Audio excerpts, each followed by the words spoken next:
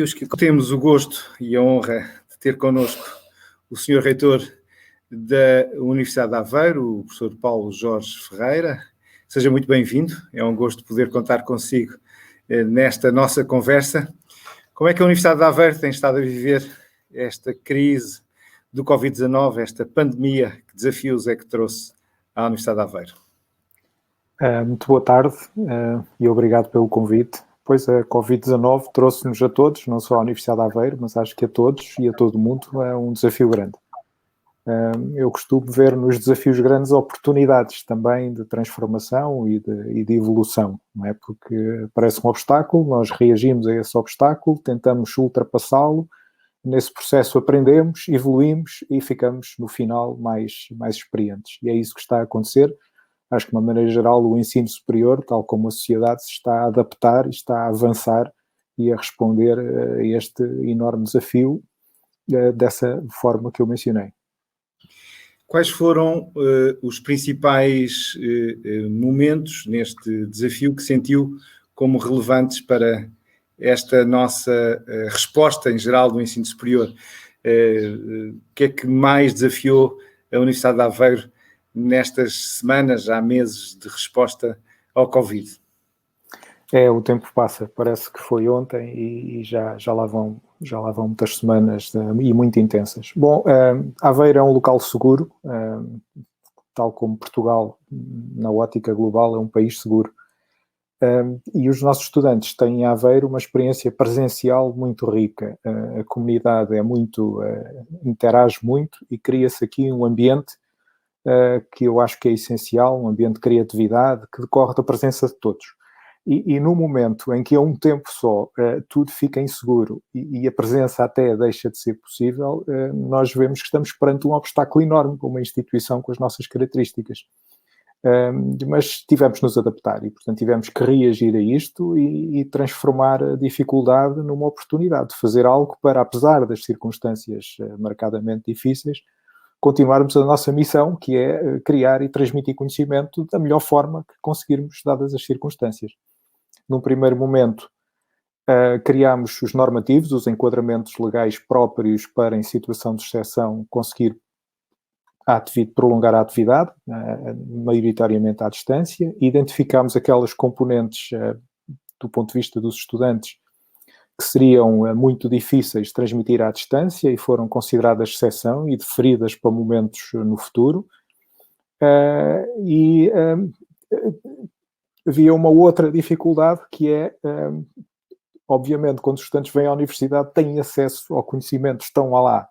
Se tudo for passado à distância, não basta ser estudante inscrito da universidade, é preciso ter acesso à internet, é preciso ter um computador, portanto há uma série de condicionantes ao acesso que também têm que ser, de alguma forma, alvo de atenção, sob pena de uma fração dos estudantes não ter esse acesso. Portanto, também tratámos desse problema. Finalmente, há mais um ainda, entre muitos, que é a formação. É preciso que estudantes e professores tenham formação naqueles instrumentos que são necessários para que o ensino à distância decorra da melhor forma. E criámos também programas de formação apropriados. Portanto, num primeiro momento, normativos, enquadramento legal, condições de acesso e um programa de apoio para estudantes e para professores. E a adesão quer de docentes, quer de estudantes a este desafio do ensino à distância, como é que lhe pareceu que ocorreu? Muitas resistências, quer de uma parte, quer de outra, ou uma adesão crescente e com bons resultados em termos pedagógicos? Qual é a avaliação que faz desta experiência intensiva e inesperada de ensino à distância? Bom, considerando que muito o que acontece na Universidade de Aveiro decorre da tal experiência presencial que nós proporcionamos, vivenciar o mesmo à distância é um obstáculo gigante, não é? E eu acho que não é possível de reproduzir fielmente, a 100%. Mas, dadas as circunstâncias, eu acho que os estudantes responderam extremamente bem à situação, adaptaram-se muito rapidamente.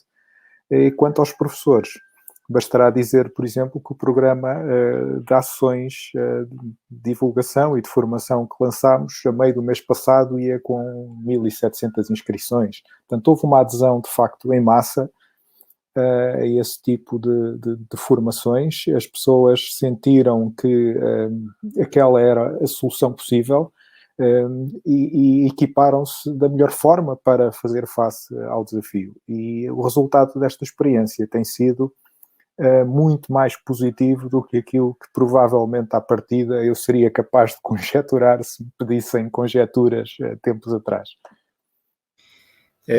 E talvez esses resultados positivos de alguma maneira também tenham transmitido segurança e um sinal positivo para que esta decisão que a Universidade de Aveiro tomou de manter até ao final do ano letivo este ensino à distância tenha sido tomada. Não teme que, por exemplo, as dimensões mais experienciais, mais de práticas, possam ficar prejudicadas, bastante prejudicadas, por não voltar a haver ensino presencial até ao final do ano? Vamos explicar um bocadinho melhor. Portanto, houve, na altura da publicação do despacho Normas Transitórias e de Exceção para dar enquadramento à atividade à distância, um ponto que previa, no caso de haver atividades que pela sua natureza não fossem, enfim, enquadráveis naquele modelo, que elas seriam identificadas como excepcionais e que regressaríamos a elas oportunamente quando houvesse possibilidade. Eu dou exemplos: ensino da música ou das artes em geral, ensino clínico, trabalho de laboratório, trabalho de campo e afins. Portanto, há um conjunto de componentes que estavam vedadas naquela altura e que não se conseguem simplesmente substituir por ações à distância. Pelo menos algumas delas de forma simples. Por exemplo, estágios em hospitais era absolutamente vedado, não é? Em escolas, a mesma coisa, porque as escolas também estavam fechadas. Portanto, essas atividades na altura não podiam decorrer. Mas estão a ser retomadas agora. Os estágios, em particular, que não eram suscetíveis de teletrabalho, ou em que o próprio estagiário não era, também como acontecia em casos muito pontuais, trabalhador da empresa e ela tinha mantido a atividade, esses estágios que estavam interrompidos foram já retomados. O plano para o ensino clínico também foi relançado. A atividade de investigação presencial, porque a outra nunca foi suspensa, naturalmente também vai ser relançada, e há uma quantidade enorme de atividades neste momento a decorrer. A avaliação presencial, que também foi anotada na altura em certos casos como desejável, foi identificado. O calendário escolar foi adaptado para conseguir agora alojar esses exames presenciais. Vamos ter mais de 3.000 exames presenciais na época devida, que foi alargada temporalmente para, enfim, não promover tanta concentração de estudantes naquela altura. Naturalmente só é possível mesmo assim porque há muitas componentes de avaliação que vão decorrer à distância, e isso cria espaços e tempo para as outras que são difíceis de fazer à distância, ou mais difíceis de fazer à distância. Portanto, no fundo, isto é um jogo entre aquilo que é possível fazer-se de uma maneira e aquilo que é impossível fazer-se dessa maneira, enfim, condicionantes de segurança que têm que ser, de alguma forma, asseguradas, porque sem elas não seria de todo possível fazer o que quer que fosse. Vamos tendo também perguntas de quem nos vai seguindo pelo Facebook. Diante deste quadro pandémico, a Universidade considera alguma mudança em relação a quem iniciou o processo para mestrado? Que alterações é que no segundo ciclo podem ser específicas, ou as regras que têm indicado são gerais para todos os ciclos que coabitam na Universidade? Neste momento são gerais, não é? Mas se pensarmos já no próximo ano letivo, podemos já dizer algumas coisas, não é? Portanto, ainda estamos a uma distância grande do início das aulas do próximo ano letivo, 4, 5 meses, talvez, e a 4, 5 meses de distância no cenário tão volátil como tem sido este, é difícil, enfim, dizer com segurança, ou impossível dizer o que vai acontecer, mas temos que estar preparados. E julgo que neste momento o cenário mais provável, mais plausível, é ser possível a atividade presencial, mas com condicionantes de segurança que vão ter que ser asseguradas. Portanto, promover, enfim, algum distanciamento social, reduzir a concentração e a pressão sobre os espaços, no fundo, compatibilizar a atividade presencial com os requisitos de segurança que a Covid impõe. Para isso, vai ser necessário recorrer ainda a ensino à distância, para retirar pressão dos espaços e ter aquelas componentes que é fácil, ou mais fácil, ter à distância, disponíveis por essa via. Uma das dimensões que vimos durante esta crise, a Universidade de Aveiro destacar-se, aliás, como é a sua tradição, sempre com muita capacidade de resposta ao envolvimento do território e da comunidade, foi também os serviços que foi sendo capaz de prestar à comunidade, a atenção e a abertura para esta relação com a comunidade. Quer referir-nos aqui as principais respostas da Universidade de Aveiro no apoio à comunidade quanto aos vários desafios que se foram colocando com o Covid? Sim. Eu acho que nós, durante esta crise, tivemos sempre um olhar para dentro da instituição, tentando ajudar, apoiar os nossos estudantes e os nossos professores, tornar a atividade possível com todas as condicionantes que existiam, mas ao mesmo tempo um olhar para fora. E tenho um enorme orgulho na comunidade da Universidade de Aveiro, porque ela olhou para fora de uma maneira muito generosa e empenhou-se num conjunto de atividades de solidariedade e de apoio social muito interessantes, quer do ponto de vista dos estudantes, quer dos investigadores, dos professores e dos trabalhadores em geral. Os testes à Covid que estão a decorrer, estamos a testar todas as pessoas que vão ter atividade presencial nos próximos tempos, estamos a fazer testes para instituições de solidariedade social, creches e lares, etc., há vários programas de voluntariado, nomeadamente com estudantes e professores da Escola Superior de Saúde da Universidade de Aveiro, a nível dessas instituições, que é, acho eu, extremamente meritório. Houve voluntariado, inclusivamente, para a linha SNS 24. Há um serviço que foi primeiro pensado para ser voltado para dentro, para a comunidade UA, de apoio psicológico, que acabou por ser disponibilizado também para fora da universidade, o serviço UA Escuta, que também é cumprido por voluntários e voluntários com as habilitações necessárias para isso. Quanto aos equipamentos, foi logo numa primeira fase, equipamentos, fabrico de gel e de álcool nas instalações da universidade, que depois eram entregues em instituições que deles precisavam, equipamento clínico, como até ventiladores, tudo o que nós tivemos disponível e que podia ser útil neste contexto foi disponibilizado neste contexto. Abriram-se aqui janelas de colaboração e de entreajuda muito interessantes e que eu acho que não quero voltar a ver fechadas. Portanto, temos que as manter abertas. É muito interessante porque, enfim, já é um clássico, muitas vezes nos contextos de maior adversidade vem ao de cima o melhor das pessoas e das instituições. O Sr. Reitor foi aqui identificando algumas dessas dimensões, mas se lhe pedisse quais são as 3 razões de orgulho suas na instituição, na Universidade de Aveiro, na resposta que foi capaz de dar a esta crise, quais são as 3 razões pelas quais tem mais orgulho na resposta que a Universidade foi capaz de dar a esta crise?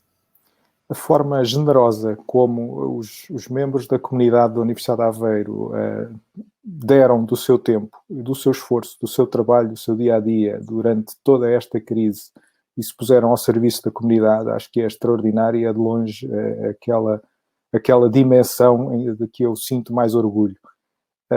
Depois, do ponto de vista interno, a forma como os nossos estudantes e os nossos professores se reorganizaram, se reinventaram para continuar a trabalhar, apesar de tudo, também acho que merece uma palavra de elogio, porque foi um esforço extraordinário, está a ser um esforço extraordinário, porque o semestre ainda não acabou, estamos a entrar numa nova fase, e acho que isso são 2 pontos extremamente importantes.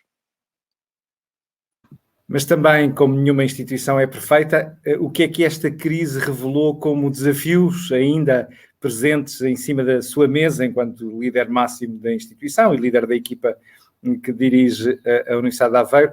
Que aspectos há a melhorar que nesta crise foram mais sentidos e que correspondem para si como prioridades para as próximas etapas? Olha, estou particularmente apreensivo quanto à internacionalização. A internacionalização é um dos vértices da Universidade de Aveiro, desde praticamente a sua fundação, foi sempre um dos pilares, uma das ideias fundadoras. A ligação à região também, mas eu diria que sem qualidade ao nível global, a universidade não teria nada de grandemente valioso para oferecer localmente. Portanto, o mundo é global, a Universidade de Aveiro não é só de Aveiro. A internacionalização é essencial e um dos aspectos tem a ver com a mobilidade, com atrairmos estudantes de outros países para a nossa realidade, para o nosso ambiente académico e construir com eles uma universidade mais rica, com um ambiente mais internacional, mais multifacetado. Ora, como é fácil de perceber, numa instituição em que o peso dos estudantes internacionais ia nos 25%, estas barreiras aos Erasmus, à mobilidade entre docentes e entre trabalhadores, o próprio projeto da Universidade Europeia que tínhamos aprovado e fomos uma das primeiras universidades europeias na Europa, tem que ser pensado e repensado. Por um lado, nós temos que conseguir ainda assim captar, trazer os estudantes para cá, por outro, temos que lhes proporcionar uma experiência presencial, mas segura. A palavra segurança agora entra em todo o lado. E esse é o grande desafio, acho eu, para os próximos tempos, é compatibilizar esta segurança com a nossa dimensão internacional para que não se deite a perder aquilo que de bom ao longo de tanto tempo fomos conseguindo conquistar. Temos neste momento cerca de 90 nacionalidades representadas no campus, que valem 25% do total de estudantes, e esta é uma realidade tão rica e tão apetecível que temos que saber conservar. Talvez esperamos nós que o facto de os resultados do país no seu todo, em termos de resposta ao Covid-19, terem sido positivos, pelo menos em termos comparativos, também possa manter este sinal de um destino atrativo também para as gerações de estudantes que queremos que nos continuem a procurar vindas de outros países. Mas essa é seguramente uma das condicionantes para o próximo ano letivo. Uma outra que gostava de ouvir tem a ver com as alterações no modelo de acesso ao ensino superior este ano. Vamos ter um conjunto de alterações, algumas que já estavam planeadas, mas outras que decorrem desta situação. Não teme que estas alterações provoquem também elas próprias, a par com a crise económica, a redução do número de alunos que no próximo ano letivo vão aceder ao ensino superior? Tenho duas preocupações, grosso modo, sobre essa questão. Primeiro, a nível do acesso. Haverá certamente, em alturas de crise, uma menor procura das instituições de ensino superior, e isso é dramático num país como o nosso, onde a percentagem da população na casa dos 18 anos que procura o ensino superior não é ainda tão elevada como noutros países europeus. E no momento em que nós estávamos a subir essa percentagem, vem esta dificuldade que, em contraciclo, vai tornar-nos a vida mais difícil. Essa é uma preocupação, acho que é uma preocupação geral de todas as instituições, e obviamente que eu a sinto também. Embora, do ponto de vista da Universidade de Aveiro, os nossos cursos têm uma procura muito intensa, temos vários candidatos por cada vaga e até mais candidatos em primeira opção do que número de vagas, mas de facto é inevitável que haja algum reflexo. A outra preocupação, e que se calhar até é ainda mais intensa que esta, não é com os que ainda não estão na universidade, é com aqueles que já cá estão. Vem por aí uma crise grande. Do ponto de vista dos estudantes nacionais e internacionais, vai haver uma redução do seu poder de compra, da sua capacidade económica, e seria igualmente dramático, além de nos chegarem menos estudantes ao ensino superior, ainda perdermos aqueles que já cá estão. E por isso o meu apelo, a minha preocupação é esta: saibamos conservar os estudantes que já cá estão, que já investiram e passaram aqui 1 ano, 2 anos, 3 anos, 4 anos, alguns poderão estar a terminar eu acho que é absolutamente prioritário que as instituições, que o governo dê a estes estudantes uma oportunidade 100% de concluir, que ninguém fique para trás por falta de recursos, era aquilo que eu gostaria que acontecesse. Obviamente, essa resposta estará correlacionada com o reforço da capacidade de intervenção dos serviços de ação social, entre outras. Já teve da parte da tutela algum sinal que vai haver esse reforço e que ninguém ficará para trás, como o Sr. Reitor acabou de sublinhar, por falta de condições económicas para terminar? Ou, pelo contrário, corremos o risco, com a crise económica, financeira e orçamental, o ensino superior veja reduzido o seu orçamento para o próximo ano? Pois, a pergunta tem duas partes, uma sobre o orçamento e outra sobre as intenções ou o discurso da tutela. Eu sei, está escrito nos documentos que o Ministério da Ciência, Tecnologia e Ensino Superior tem produzido, contendo indicações para as instituições de ensino superior, está escrito e está sublinhado a importância da ação social. E, logicamente, eu não tenho qualquer dúvida que os responsáveis são tão sensíveis a esta matéria como eu sou. Do ponto de vista do orçamento, aí é que eu não lhe posso dizer nada, porque a nossa capacidade de materializar esta preocupação em números, em orçamento, para mim, reitor, é uma incógnita. Eu não sei, do ponto de vista da economia do país, da evolução perspectivada e das prioridades para o período a seguir à crise, o que acontecerá. Mas seja lá o que vier a acontecer, eu faço e mantenho um apelo que aqueles que estão no ensino superior sejam acompanhados e apoiados de forma a poder completar o investimento que já fizeram e que nós já fizemos neles. Era extremamente importante que isso viesse a acontecer. Estamos já a olhar para o próximo ano letivo, para este futuro próximo, que ainda hoje mesmo o Primeiro-Ministro referenciava como sendo um ano de grandes desafios, no sentido que dizia o Primeiro-Ministro que só em 2022 vamos retomar aquilo que era o padrão de 2019, portanto temos pelo menos um ano letivo de 2020-21 com grandes condicionamentos. O Vítor Manuel, que nos está a acompanhar também pelo Facebook, pergunta se lhe parece provável que, com estas alterações, venha a ser implementado um sistema misto de ensino à distância e presencial, com maior peso do à distância do que tem havido até agora, antes da crise do Covid, e, portanto, por exemplo, com um menor número de horas de aulas presenciais e com um maior trabalho à distância. Vai haver alteração neste ponto, neste peso relativo do à distância e do presencial para o próximo ano letivo? É uma excelente pergunta e eu acho que sim, que vai haver certamente espaços para uma componente à distância síncrona ou assíncrona, eventualmente assíncrona. No sentido seguinte, se permitir gerir melhor o tempo dos nossos estudantes e o tempo dos nossos docentes, por que não recorrer a essas formas, por exemplo, gravando aulas, disponibilizando-as, que era algo que já se vinha a fazer há bastante tempo, mas que por várias razões nunca adquiriu uma expressão muito significativa, pelo menos em Portugal. Talvez a familiarização crescente e agora quase universal com todos estes instrumentos, a criação de condições para isso, venha a criar finalmente um clima em que o recurso a essas tecnologias seja útil, em que o estudante possa consumir conteúdos, possa rever matérias e aulas, possa complementar a sua formação de uma maneira mais rica, que até aqui não estava tão presente nas nossas formações. Creio que sim, que isso será uma das tais janelas que abrimos e que eu não gostaria de voltar a ver fechada.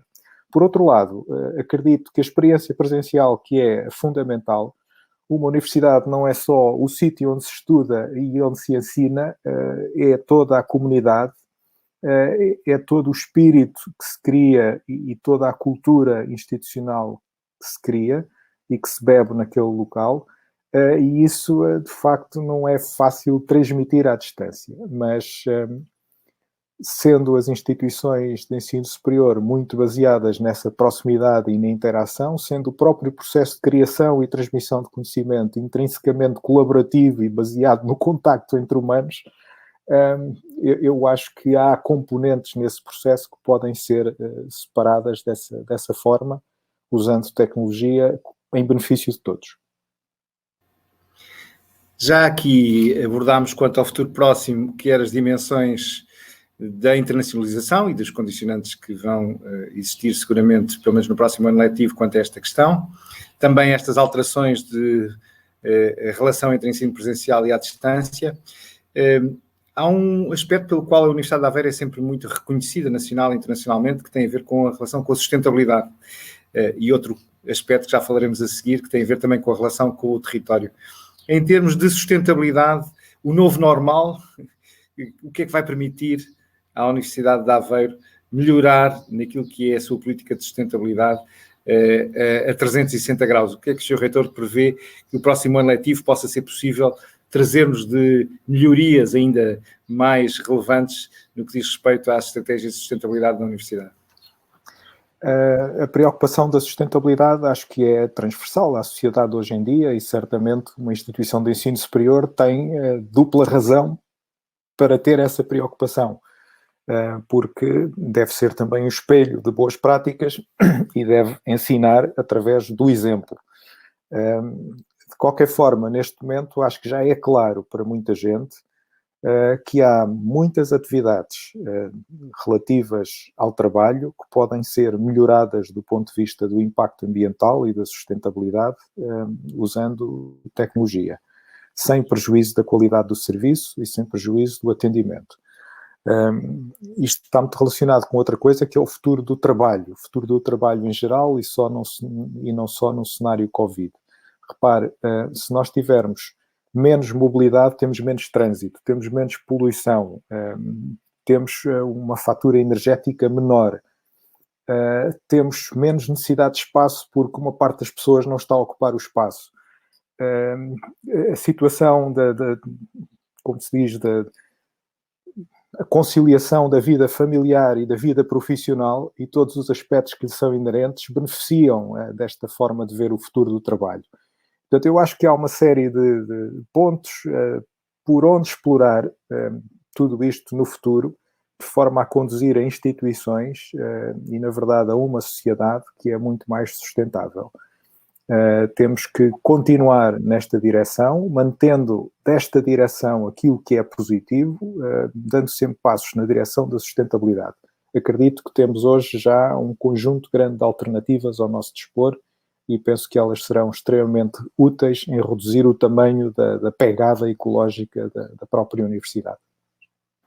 O Sr. Reitor acabou de referir, a propósito da configuração do futuro do trabalho, este tema também muito sensível. Enfim, muitos de nós tememos o que alguns referem como o tsunami pós este momento do Covid, este momento de crise sanitária, que tem a ver com o impacto económico e social desta crise e o aumento do desemprego. E se isso acontecer, os diplomados que estão a sair para o mercado de trabalho terão uma vida difícil.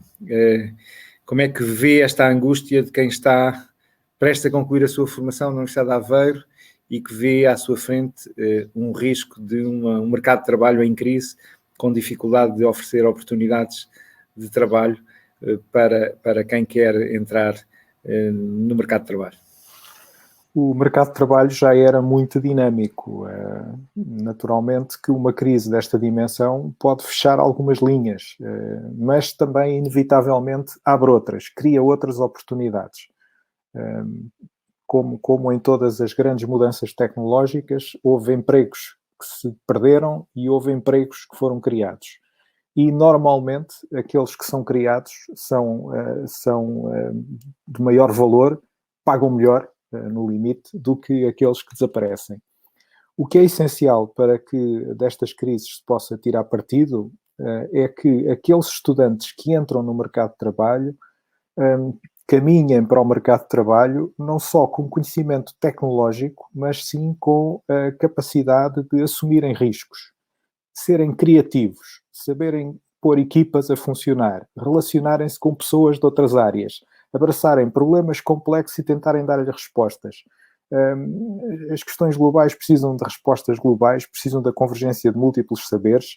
Se nós criarmos gente com estas características, eles vão para o mundo e mudam o mundo. E é esse o desafio que se põe a uma universidade. É não dar a formação baseada em silos do século XX, começar a pensar na formação que é necessária para o século XXI e nas características de cidadania, de personalidade que o trabalhador do futuro precisa de ter. Se conseguirmos fazer isso, o desafio para a sociedade será mais fácil de ultrapassar. É bom ter esse olhar positivo e contagiar positivamente a comunidade da Universidade de Aveiro, porque evidentemente este tempo que é difícil também tem que ser de onde partimos com um olhar otimista para os desafios e também a capacidade de os vencer. Há pouco referíamos uma das características muito importantes da Universidade de Aveiro, é a sua relação com o território. Ora, Aveiro está implantado num território com uma dinâmica empresarial muito significativa, uma das zonas mais dinâmicas de todo o país. Como é que vê o papel da universidade no apoio às empresas neste tempo que se vão ter que reconfigurar, vão ter que dar novas respostas? Como é que vê essa relação com o tecido empresarial perante desafios que também são novos neste pós-Covid? Sobre a região e a universidade e o território, em duas palavras, crescemos juntos. Tem sido assim. A universidade enriquece a região, naturalmente, e ao fazer isso, beneficia desse enriquecimento. Uma região mais competitiva, com empresas mais criativas, de base tecnológica, que puxam pela universidade, contribui para que a universidade também se desenvolva. Uma universidade que se desenvolva e que injete nessas empresas pessoas com as características que eu mencionei, criativas, que tomam riscos, que trabalham em equipa e que exploram problemas complexos, inevitavelmente contribui para o enriquecimento da região.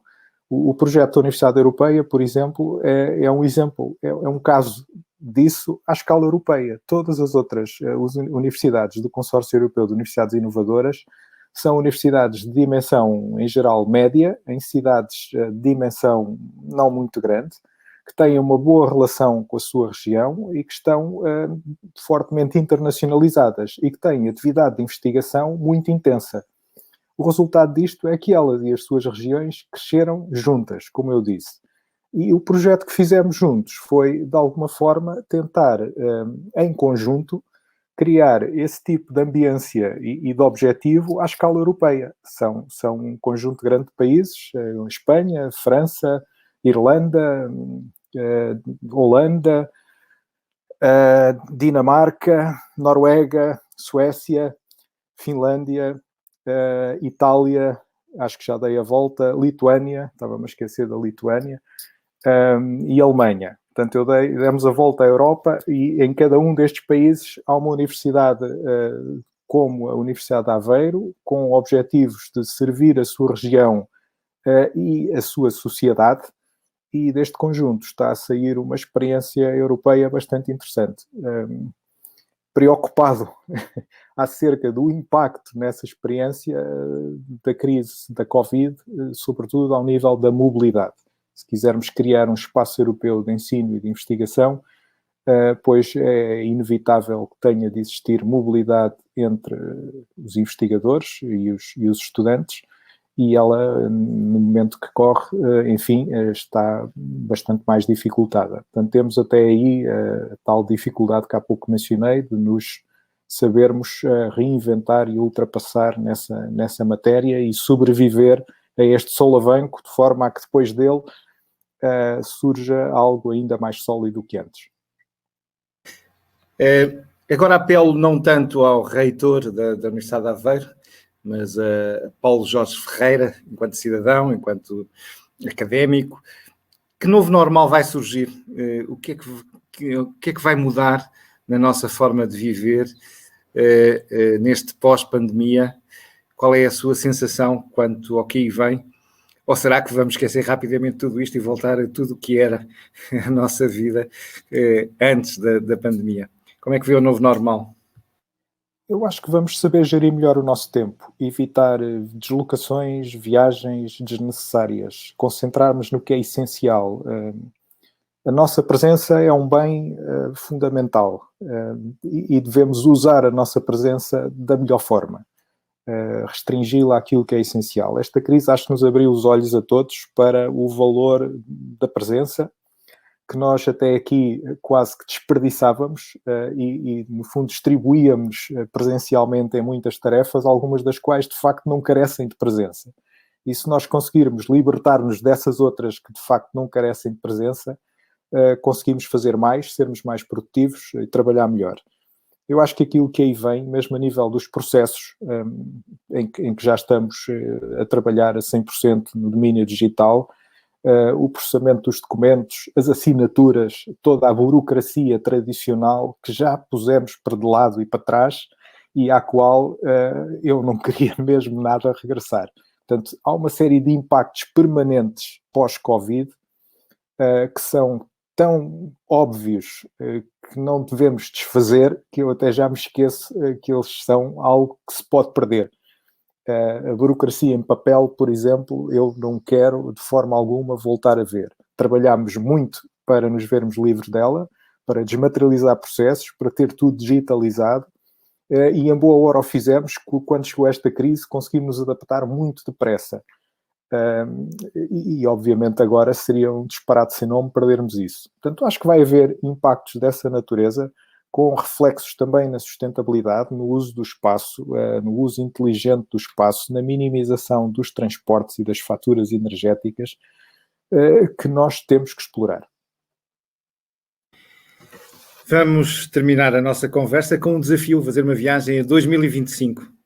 Sr. Reitor, como é que gostava que em 2025 alguém escrevesse o que tinha sido a resposta da Universidade de Aveiro à maior crise conhecida de uma pandemia à escala global que parou o planeta?